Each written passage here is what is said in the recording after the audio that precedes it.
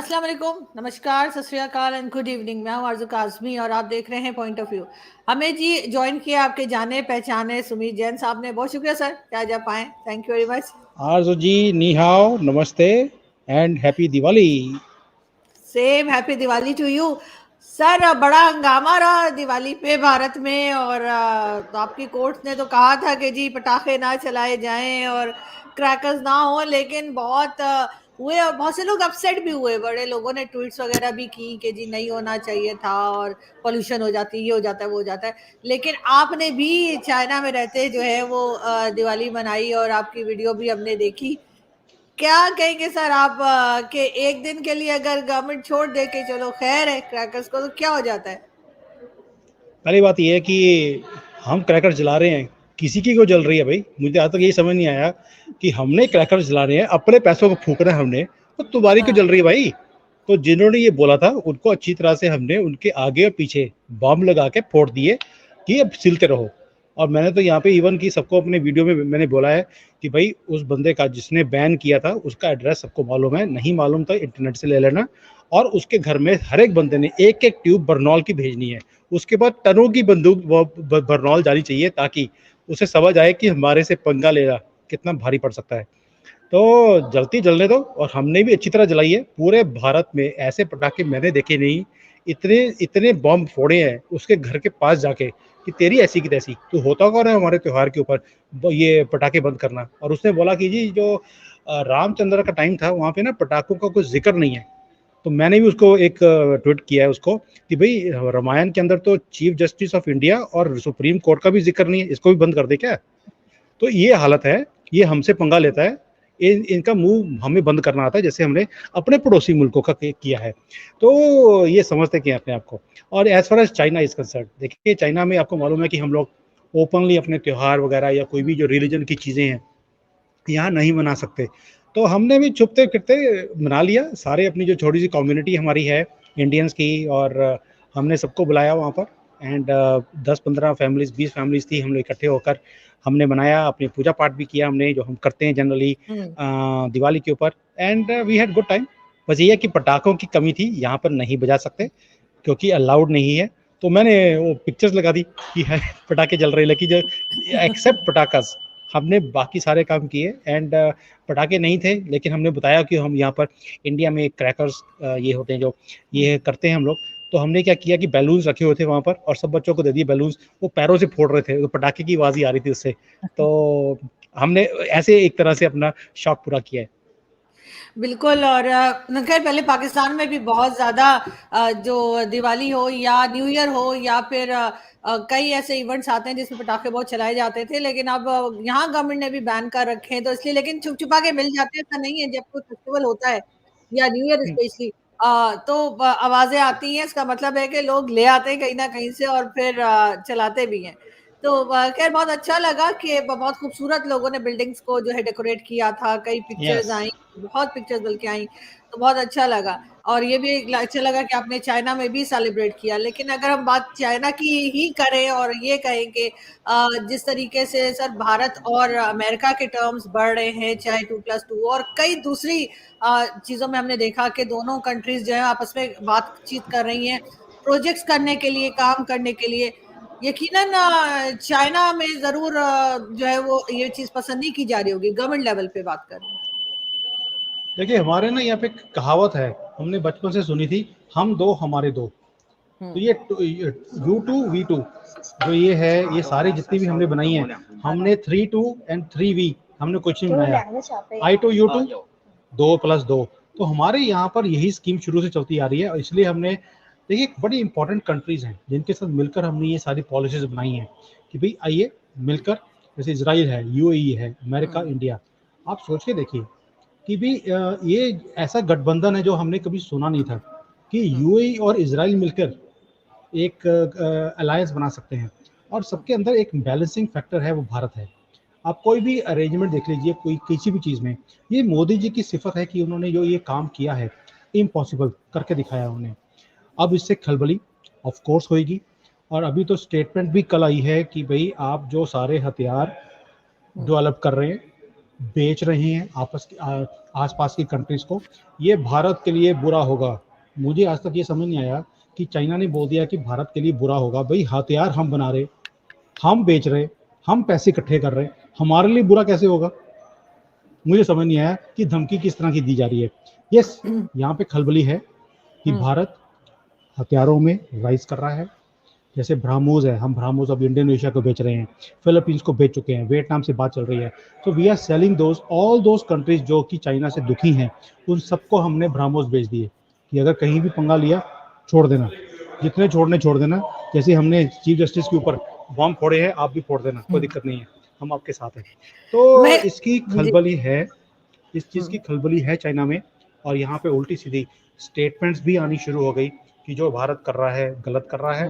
कहीं ना कहीं उन्होंने थोड़ा सा ये भी बोला है कि भाई आप जिसके ऊपर विश्वास कर रहे हो, जो कि अमेरिका है, अमेरिका के ऊपर दुनिया में कोई भी विश्वास नहीं करता, आप बहुत बड़ी गलती कर रहे हो। हम ईस्टर्न पावर्स हैं, पुरानी सभ्यता है, कल्चर है, हम आपस में मिलकर काम करें तो बेटर है। दैट मीन्स आप अमेरिका के ऊपर विश्वास करना बंद कर दीजिए, चाइना पे विश्वास कीजिए। भाई मुझे समझ नहीं आया कि इट्स जिसको बोलते हैं कि choice between bad and worst, तो आप किसको चूज करेंगे? वो इंडिया को ऑप्शन दे रहे हैं वो। लेकिन सर ट्रस्ट तो किसी पे भी नहीं किया जा सकता। एक तरह से चाइना ठीक भी कह रहे हैं, ना तो चाइना पे ट्रस्ट किया जा सकता है ना अमेरिका पे। हर एक अपने फायदे के ऊपर ही काम करता है ना कोई भी। वो जो हमारे यहाँ एक गलत कॉन्सेप्ट है पाकिस्तान में कि जी चाइना हमारा ब्रदर है और अफगानिस्तान जो है ब्रदर कंट्री है, ऐसा नहीं होता है। बिजनेस के ऊपर ही रिलेशनशिप्स चलती हैं कंट्रीज की। तो उस लिहाज से तो चाइना कुछ गलत नहीं कह रहा। आपको लगता है सर? देखिए, चाइना ने जब ये बोला कि आप अमेरिका के ऊपर ट्रस्ट नहीं कीजिए, अमेरिका के ऊपर ट्रस्ट करना इम्पॉसिबल है, तो उन्होंने अपनी बात नहीं करी कि हमारे ऊपर ट्रस्ट करना आसान है क्या, कि चाइना के ऊपर ट्रस्ट करना क्या आसान है। तो इट्स अ मैटर ऑफ कि हम बात करते हैं दो चीज़ों की। मैंने कई वीलॉग्स में बात करी है। जयशंकर जी दो बातें करते हैं। एक है, do we have democratic values? America में डेमोक्रेटिक वैल्यूज हैं, भारत में भी डेमोक्रेटिक वैल्यूज हैं, चाइना में डेमोक्रेटिक वैल्यूज नहीं है। अब डेमोक्रेटिक वैल्यूज का मतलब क्या है? मतलब है कि जहां पर आप हमारे बारे में सोच रहे हैं, हम आपके बारे में सोच रहे हैं। कम्युनिस्ट के अंदर हमेशा होता है कि मेरा फायदा क्या है, आप जाओ भाड़ में। पाकिस्तान उसका बहुत अच्छा एग्जाम्पल भी है। तो इसलिए मुझे आपको समझाने की जरूरत नहीं है कि आपके साथ उन्होंने क्या कुछ किया है। तो ये जो चीजें हैं डेमोक्रेटिक वैल्यू। दूसरा है, can we trust each other? America के ऊपर आप ट्रस्ट नहीं कर सकते, लेकिन चाइना के ऊपर तो बिल्कुल भी नहीं कर सकते। इसलिए मैंने बोला it's a choice between good, bad and worst. तो हमने बैड को पकड़ लिया, वर्स्ट को छोड़ दिया। बड़ा सिंपल है। चाइना चाहता है कि भारत उसके पाले में आए, उसकी साइड पर आए, उसकी टर्म्स पे काम करे, जो हम कभी भी नहीं करेंगे। ये राहुल गांधी का या मनमोहन सिंह का हमारा भारत नहीं है, ये मोदी जी का भारत है, ये हिंदुओं का भारत है, ये सनातन का भारत है। हम नहीं करेंगे वो काम जो चाइना चाहता है, और इसीलिए ये खलबली है। आपने राहुल गांधी का नाम लिया और कांग्रेस को आपने जैसे एक तरह से मुझे याद दिला दिया कि बहुत सर दिवाली पे की अगर हम बात कर रहे थे तो बहुत ऑब्जेक्शन हो रहा है। कई मतलब ऐसे लोग जो कांग्रेस के सपोर्टर्स हैं, उनकी मैंने क्लिप्स देखी, वीडियोस देखी, शॉर्ट वीडियोस उन्होंने शेयर की सोशल मीडिया पे कि मोदी जी हमेशा जो है वो डिफेंस फोर्सेस के साथ ही जाकर दिवाली क्यों मनाते हैं, फौजियों के साथ ही दिवाली क्यों मनाते हैं, वो मणिपुर क्यों नहीं चले गए। उन्होंने और कई जगहों के नाम लिए जहाँ पे गड़बड़ चलती रही है पिछले दिनों में। उन्होंने कहा वहां क्यों नहीं चले गए, वहां जाके हमदर्दी दिखाते, उन लोगों के साथ खड़े होते। तो आपके ख्याल से क्या वजह है कि मोदी जी हमेशा जो है वो कहीं ना कहीं जाके आर्मी के लोगों के साथ, या कभी लद्दाख में तो कभी कहीं, वहीं क्यों दिवाली मनाते हैं? देखिए, दिवाली का एक ऐसा टाइम है हमारा भारत के अंदर जहाँ पे हर आदमी की कोशिश होती है कि वो अपने परिवार के साथ जाकर दिवाली मनाए। मणिपुर के लोग अपने घर में बैठे हैं, अपने परिवार के बीच में हैं, दिवाली मना रहे हैं या टाइम स्पेंड कर रहे हैं। जो मोदी जी हैं वो कहते हैं कि मैं इस देश में, मेरी कोई फैमिली नहीं है, पूरी देश ही मेरा फैमिली है। जो फैमिली मेंबर अपने घरों में नहीं जा सकते, जो बॉर्डर के ऊपर काम कर रहे हैं, वो अपने बॉर्डर को छोड़ के अपने घरों में नहीं जा सकते, वो अपने घर में नहीं जा सकते, लेकिन मैं आपके परिवार का मेंबर हूँ, मैं आपके पास आऊँगा। इट्स अ जेस्चर जो आज तक हमने भारत में 75 सालों में नहीं देखा। जो मोदी जी ने एक रिवायत शुरू करी है, एक ऐसा सिस्टम शुरू किया है कि भाई I am with you, don't worry. ये मैं प्रधानमंत्री नहीं हूँ, मैं प्रधान सेवक हूँ, आई एम योर फैमिली मेंबर। तो वहाँ जाते हैं, मिठाई बांटते हैं, उनके मुंह में डालते हैं, खुद भी एंजॉय करते हैं, टाइम स्पेंड करते हैं। ये नहीं होता कि उनका कोई हौसला इंक्रीज करना है। अरे भारत की जो आर्मी है उसका तो हौसला वैसे ही बुलंद रहता है। ये आते ही बुलंदी के साथ ही ज्वाइन करते हैं आर्मी को। वो हौसला बढ़ाने की जरूरत ही नहीं है हमें। ये सिर्फ इसलिए है कि भाई I am with you, you are my family member, I am your family member also. Manipur क्यों नहीं गए? ओ भाई वे राहुल गांधी क्यों नहीं गया मणिपुर? अगर तुम्हें इतना ही डर था तो तुम चले जाते वहां पर। तुम तो बुर्का डाल के अपने घर में बैठे हुए हो, तो चले जाते। तो ये दूसरों को बोलना बड़ा आसान है, लेकिन खुद you have to walk the talk. और Modi ji walk the talk करते हैं, इसलिए पूरा देश भी उनको प्यार करता है। सर एक काफी चेंजेस जो हैं वो यूके की गवर्नमेंट में भी आए या पार्लियामेंट के अंदर भी पिछले दिनों में देखने में आए।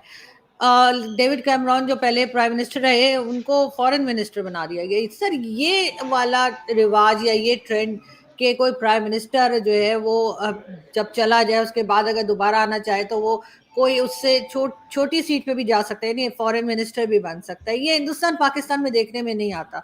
क्या वजह है? क्या ऐसा हो सकता है कभी के जैसे हमारे यहाँ भी नवाज शरीफ साहब चौथी बार प्राइम मिनिस्टर बनने के लिए पूरे पाकिस्तान का चक्कर काट रहे हैं कि शायद वो जो है उनको ग्रीन सिग्नल मिल जाए एस्टेब्लिशमेंट से। तो ऐसा हो सकता है कि नवाज शरीफ साहब सोचें कि चले मैं प्राइम मिनिस्टर के बजाय फॉरेन मिनिस्टर या कुछ और बन जाऊं, या मोदी जी अगले इलेक्शंस के बाद सोचें कि मैं प्राइम मिनिस्टर के बजाय कोई और मिनिस्ट्री ले लूं और प्राइम मिनिस्टर किसी और को बना दिया जाए। क्या ये चेंज आपको कभी लगता है कि हिंदुस्तान पाकिस्तान में आएगा? देखिए हिंदुस्तान में तो पॉसिबल है, मुझे लगता है कि हो जाएगा। लेकिन आपके जो हुक्मरान है उनकी नाक ही इतनी ऊंची है, वो तो कमर्शियल प्लेन में नहीं जाते भाई। ये 4 साल के बाद वापस आए हैं तो एक चार्टर फ्लाइट में वापस आए हैं, क्योंकि कमर्शियल प्लेट पे जाने में इनको लगता है अरे हम प्रधानमंत्री ex of Pakistan commercial plane में जाएंगे जहाँ पे नॉर्मल लोग जाते हैं। नहीं, ये चार्टर प्लेन में आने जाने वाले लोग हैं, ये कभी भी अपनी नाक को नीचे नहीं करेंगे। मुझे लगता नहीं कि पाकिस्तान में होगा, हिंदुस्तान में ये पॉसिबिलिटी है। मैं जानता हूँ कि जो एक हमारे वाइस प्रेसिडेंट होते थे भैरव सिंह शेखावत, 4-5 बार वो भी बने हैं, हमारे वाइस प्रेसिडेंट बने। तो जब 2009 के इलेक्शन होने थे तो ही स्टूड कि भाई एल.के. अडवाणी को प्रधानमंत्री के ऊपर शो करने के बजाय आई विल स्टैंड। तो एज अ वाइस प्रेसिडेंट होने के बाद भी उन्होंने बोला कि भी मैं प्राइम मिनिस्टर के लिए खड़ा होना चाहता हूँ, एंड एवरीबडी सपोर्टेड ऑल्सो। ऐसा नहीं है कि उनको सपोर्ट नहीं थी। भारत में ये पॉसिबल है, कोई बड़ी बात नहीं है। आज मोदी जी प्रधानमंत्री हैं, इनको कल को लगता है कि भी अगर मैं प्रधानमंत्री की सीट किसी और को छोड़ता हूँ और मुझे फॉरेन मिनिस्ट्री में I should be there, I think he will take that seat. इनको कोई प्रॉब्लम ही नहीं है कि भी निचला ओहदा है। और ये सिर्फ ये जो फीलिंग है, ये है देश के लिए काम करना, अपने मुल्क के लिए काम करना। यूके में उनको लगा कि भी कैमरून जो है, एक तो वो रॉयल फैमिली से बिलोंग करते हैं, ही is a descendant of king Henry 8, तो उस फैमिली से बिलोंग करते हैं, रॉयल फैमिली है, ब्लड है उसके अंदर। तो उस बंदे को उन्होंने एक फॉरेन, और उसकी पहुंच भी है, उसकी पकड़ है फॉरेन अफेयर्स के अंदर, तो उसको बुलाया है। He is a gem of a person. और यूके को इस वक्त फॉरेन में अपनी जो मिनिस्ट्री है उसमें पकड़ चाहिए, रिलेशंस बेटर करने हैं दुनिया के साथ।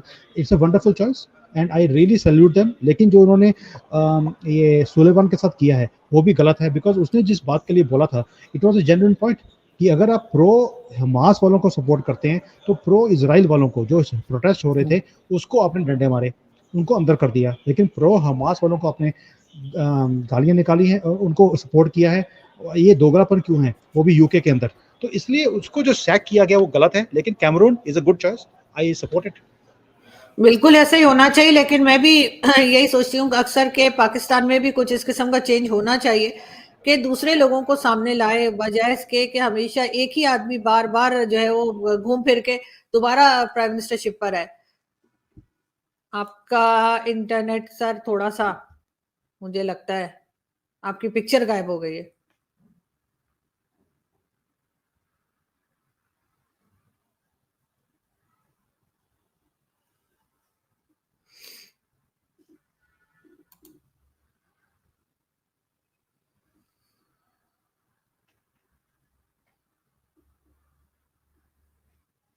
खैर अभी आ ही जाएंगे सुमित जैन साहब, यकीनन उनका इंटरनेट को कोई प्रॉब्लम हुआ है और जाहिर है चाइना में रहते हुए बड़ा मुश्किल होता है। कि इस तरह से जो है वो शो किया जाए और कनेक्ट हुआ जाए स्ट्रीम यार्ड पे या किसी भी ऐसे सॉफ्टवेयर पे जिससे हम लोग रिकॉर्डिंग करते हैं। तो इसी वजह से मुझे लगता है कि वो जैन साहब का जो इंटरनेट है वो बंद हो गया है। खैर वो वापस आ गए। मुझे लगता है पेमेंट नहीं किया आपने इंटरनेट की, या पड़ोसियों का यूज कर रहे हैं। ना ना ना ना ना, वो नहीं है, वो एक्चुअली केक खिलाने लगी थी मुझे। मुझे लगा शायद आपने भी पड़ोसी से इंटरनेट लिया हुआ है, जैसे हमारे अक्सर पैनलिस्ट ना लेते हैं और ना फिर उड़ जाते हैं। कोई बात नहीं यार सर, इतनी, खाइए खाइए। वो तो हो गया। एक्चुअली कोई क्या बात नहीं था सर, हमारे यहाँ मेरा, खाते पीते शो होता है हमारा। वो तो ठीक है, मेरा कॉल आ गया था बीच पे यार, कुछ नहीं है। अच्छा, ठीक ठीक ठीक, नहीं नहीं कोई इशू नहीं। लेकिन मैं आपसे सर, अब हम आने लगे हैं अपने फेवरेट टॉपिक के ऊपर, और जिसमें थोड़ा मसाला है, थोड़ा सस्पेंस है, थोड़ा म्यूजिक है। आप समझ ही गए, मैं बात कर रही हूँ पाकिस्तान की और भारत की। और रॉ एजेंट भी हमारे यहाँ जो है वो अब बहुत ज्यादा हो गए। तो हामिद मीर साहब हमारे एक सीनियर जर्नलिस्ट हैं, उनका एक वीडियो क्लिप बड़ा वायरल है आजकल, उन्होंने अपने चैनल के लिए बनाया था। उनका कहना ये है कि जो अफगान सिटीजन निकाले जा रहे हैं, बहुत से ऐसे हैं जो कि टारगेट किलिंग में इन्वॉल्व हैं, और अफगानिस्तान के लोग जो पाकिस्तान में है वो टारगेट किलिंग कर रहे हैं और उनको इस्तेमाल कर रहा है हिंदुस्तान। रॉ के साथ उनके कनेक्शंस हैं, और इस तरह से हामिद मीर साहब ने एक नहीं दोनों बॉर्डर जो है उधर से मुसीबत जो है मोल ले ली अपने लिए। क्या कहेंगे आप, वाकई में ऐसा है? देखिए आरजू जी, मुझे नहीं मालूम कि ये टारगेट किलिंग्स कौन कर रहा है। हामिद मीर का ज़्यादा पता होगा, या जो हमारा रॉ एजेंट हमारा दोस्त, इसे पता होगा। वैसे तो उन्होंने लास्ट वीक ही डिक्लेयर कर दिया था कि पीओके में, जो पाकिस्तान ऑक्यूपाइड कश्मीर है, उसमें एक बड़ा हादसा में कि अननोन आदमी आएगा और आपका कोई सीईओ मार दिया जाएगा। और हमें कल परसों इंफॉर्मेशन भी आई है कि आपके यहाँ पे पीओके में एक सीईओ मारा गया, या उसका कोई फाइनेंसर था कि क्या था, वो मारा गया है। तो उसकी जो खबर थी पिछले हफ्ते की, वो बिल्कुल सही थी कि भाई पीओके में एक हफ्ते में कोई लोगों का काम होगा। अब उसने ऐसे ही छोड़ दिया कि उसे पक्की खबर थी, ये उसे पता करना पड़ेगा। मेरी उससे बात हुई नहीं है बिकॉज दिवाली के कारण मैं भी बिजी था, वो भी बिजी थे। एज फार एज हामिद भी, देखिए कहना बड़ा आसान है कि ये टारगेट किलिंग्स हैं, ये अफगानी कर रहे हैं। मैं आपको दावे से बोल सकता हूँ ये काम आपकी आईएसआई ही करवा रही है, क्योंकि अब इनसे वो चीज़ें कंट्रोल नहीं हो रही। वो भी पूरा दबाव डाल के रखा हुआ था उन्होंने आर्मी के ऊपर, क्योंकि आर्मी के लोग मारे जा रहे थे रोज। आप देखिए आपके कंट्री में 3 4 5 रोज आर्मी के पुलिस वाले लोग मारे जाते हैं। ये भी कब तक बर्दाश्त करेंगे? इसलिए इनको भी वापस, जो उग्रवादी हैं उन्हें जवाब देना जरूरी था। दूसरा, आपने एफएटीएफ को, वर्ल्ड बैंक को ये गारंटीज दी हैं कि हम यहाँ पर उग्रवादियों को पलने नहीं देंगे, बचने नहीं देंगे, रहने नहीं देंगे। जब आपने रिटर्न में, और 9 महीने तो अब तरले मारते रहे कि भाई आप कुछ भी करा लीजिए, ये जो हमारे सीईओज हैं इन्हें मारने की आप हमसे परमिशन ना मांगे, लेकिन वो माने नहीं। आखिरी दिन आपको साइन करके देना पड़ा कि भाई बाप, हम जो भी करवाना है आपने हमारे से, हम करने को तैयार हैं, बस डॉलर दे दीजिए। तो डॉलर के चक्कर में आप कर रहे हो, यही पिछले 30 सालों से आपने यही काम किया है। अभी भी डॉलर मिलने के बाद ही आपने ये बंदों को टुकराना शुरू किया है। नहीं सर, वो तो सही है, चले मान लेते हैं, बहुत से लोग मानते हैं, बहुत से लोगों का ख्याल है कि ऐसा ही हो रहा है। लेकिन इंडिया को इन्वॉल्व करना, एक तरफ हम ये कहते हैं कि हमें ट्रेड करनी है, इंडिया से बातचीत करनी है, इंडिया से दोस्ती करनी है, दूसरी तरफ हम ये इल्जाम जो है वो इंडिया के सर लगा रहे हैं। और हामिद मीर साहब का बात करना, आप समझ सकते हैं कि हामिद मीर साहब जो है वो बड़े लाडले भाई लोग के।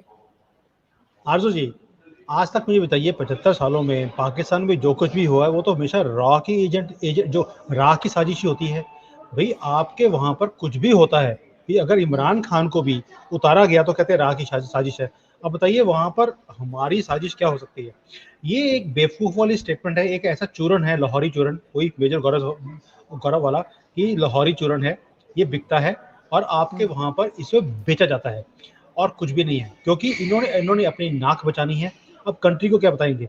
भाई ये तो आपके सीईओज, आपके जो ये हीरोज हैं जिन्हें आज टिपकाया जा रहा है, अगर ये उनको बोलते हैं कंट्री को कि भाई हम अपने हीरोज को ही मार रहे हैं, जो कि आपको गजवे हिंद करा के देना था एक दिन इन्होंने, आज वो आपको, आप उसको खुद ही निपटाए जा रहे हो, तो कंट्री वाले इनको निपटा देंगे।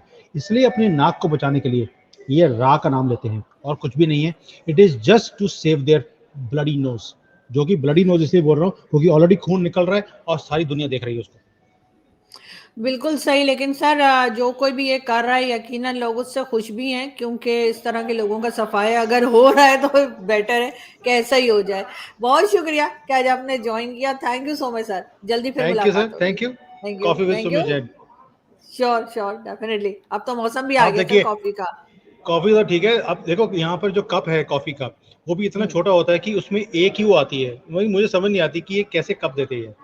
सर ये पेशावर में भी ऐसे ही कप मिलते हैं। आप कभी पाकिस्तान आइए, आपको मैं पेशावर केपी के लेके चलती हूँ, वहां भी इतने इतने से ही कप मिलते हैं, कॉफी के भी और चाय के भी। ये मुझे लग रहा है शॉर्ट वहीं नहीं से है। आइडिया लिया है। मैं ये कैपाचिनो बता रहा हूँ। कैपाचिनो का भी इतना छोटा सा कप है तो सर कि मुझे मैं भी समझ कॉफी का ही जैसे कह रही हूँ, शॉर्ट का नहीं नहीं इतना शॉर्ट, मुझे भी पता है। मैं कॉफी का शॉर्ट बोल रहा हूँ। कॉफी का भी शॉर्ट आता है। अच्छा। चलती हूँ आपको तो सर, इससे दूसरा पहले आपको तो दूसरा शॉर्ट ही समझ आता है जो आप लेती हो रोज। मैं नहीं लेती सर, कभी भी नहीं। लेकिन देखा जरूर है, नॉलेज है ना, नॉलेज होनी चाहिए। खैर। Thank you sir. Thank you, bye bye. Thank you, bye bye.